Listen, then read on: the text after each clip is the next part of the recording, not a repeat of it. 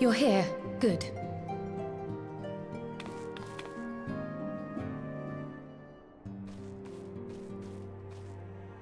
So, how are they? Still locked in slumber, but otherwise in good physical health. For the present, at least.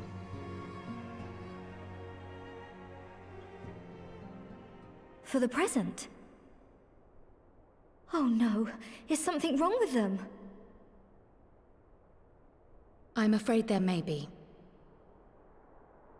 I summoned you after detecting faint signs of instability in Thancred's corporeal ether. But subsequent examination suggested all 5 might be affected. And when I examined them just now, my fears were confirmed. Tellingly, the degree of instability varies between them.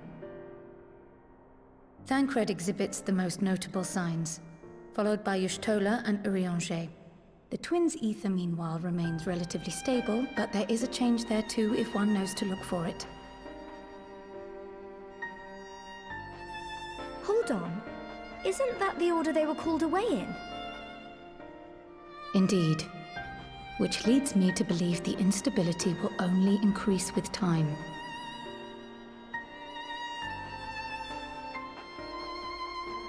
Though I can but speculate, I fear this may be a symptom of a weakening link between body and soul. By the gods! What happens if the link is broken? I cannot say for certain. This is all unknown territory to us. Yet whatever happens, it cannot be good.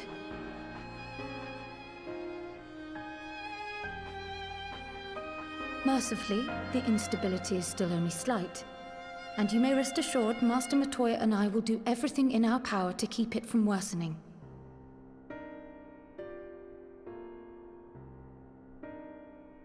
Be that as it may, it is imperative that you find a way to restore our friends' souls to their bodies.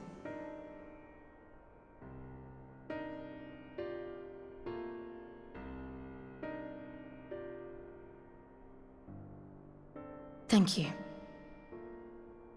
But where's she even supposed to start? We had the greatest minds in the realm hunting high and low for an answer, and they ran out of places to look.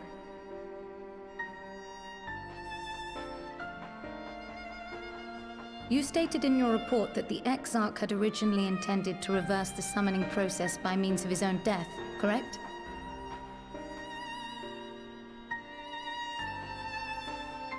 Raha always was a reckless young fool, ready to die for the first righteous cause that came along.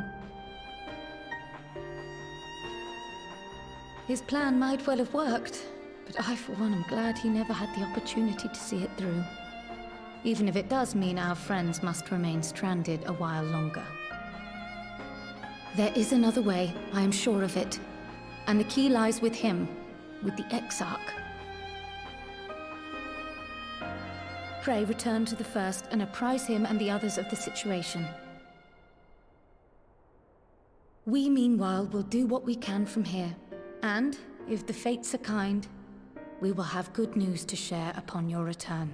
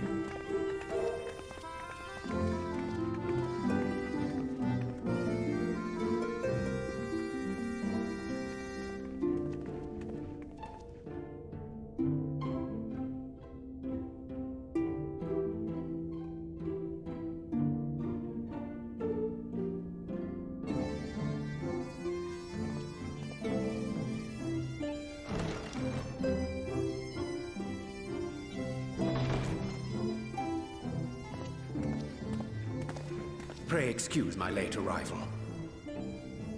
Will Thancred and Reen not be joining us? Nay, milady. With apologies to all, they beg leave to pursue their investigation of the empty to its conclusion. Should matters here demand their presence, however, they did assure me that they would make themselves available. Yes, of course. Then let us proceed.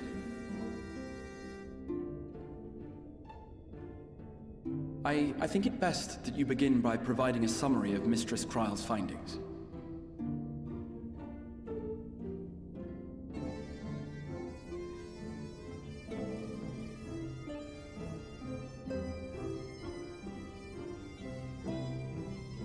I suppose it was only to be expected that some change would occur. Yet our souls seem unaffected, to my eye at least. How long they will remain so is another question. Kryle is right. It is imperative we find a way to return to the source. Perhaps an explanation of the method by which I brought you here will yield some inspiration. Ere I begin, it must be noted that I am by no means a gifted mage. In order to employ powerful magics, I must rely upon the Crystal Tower and its boundless reservoirs of energy. The magic that summoned you was no exception. 'Tis a singular spell, adapted through painstaking effort from the technique that transported me to the First. To use an analogy, it works by cutting a hole in the fabric of reality. A hole tailored to the object of summoning, through which it and it alone may pass unscathed. Though I succeeded in creating said hole, I failed to latch onto my intended target. Instead of you, the spell found those close to you, and ended up summoning them in their incomplete state.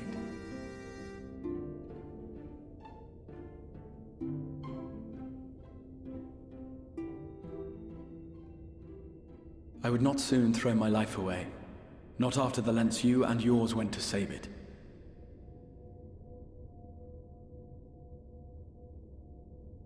And so long as I breathe, I will spare no effort to see you safely home.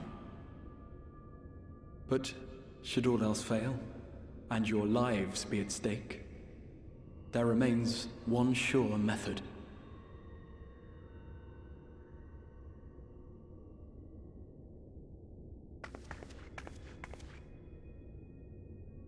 Ow! Oh, what was that for? How can you even entertain such thoughts? You owe your life to the Warrior of Light, and you don't get to die unless she says so.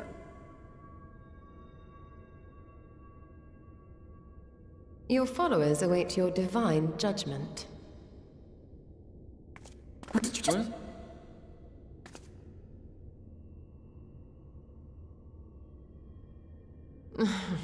If the two of you have finished, perhaps we could return to our discussion?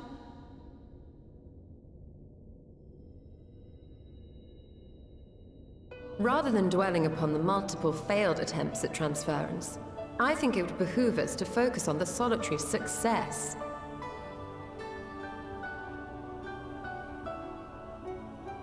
I would draw your attention to the fact that our friend can travel between worlds possessed not only of her body and soul, but her personal effects besides. This is no different from the teleportation magics to which we are all accustomed. Magics that allow for the transportation of those inanimate objects one considers to be an extension of oneself. Are you suggesting that simply by considering us her possessions, she could carry our souls back to the source upon her person? Well, it would be nice if things were that simple for a change. But vague notions of ownership seem a rather tenuous thing to stake our lives on. So much as a moment of doubt on her part, and we'd be left floating in the rift. Milady hath the right of it. The requisite fixity of belief would be too much to ask even of our friend. Yet were we to immure our souls within an object in her possession, mayhap then our safe passage could be assured.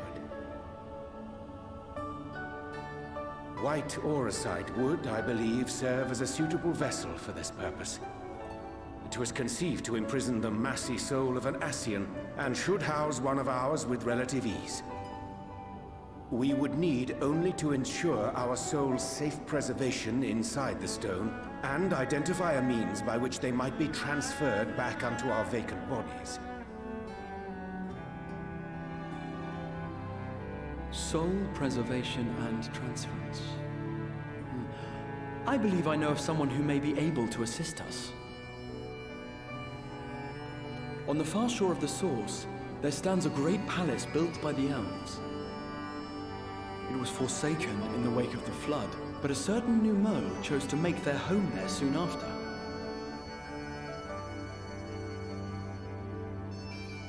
Though they have long lived as a recluse, they once occupied a place of honor in Verbert's royal court, and it is said that none in all of Norvrant is more knowledgeable than they on matters of the soul.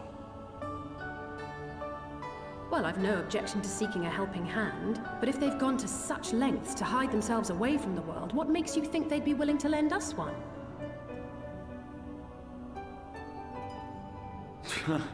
A worthy question. Years ago, I myself tried and failed to solicit their cooperation in the battle against the Sin Eaters. No sooner had I begun to make my plea than they unleashed a swarm of their familiars upon me. Unlike me, however, you have curried favor with the Faefolk. By that merit alone, I am hopeful that they would grant you an audience. They may still be inclined to turn you away, of course, but if their knowledge might feasibly facilitate your return home, we have to try.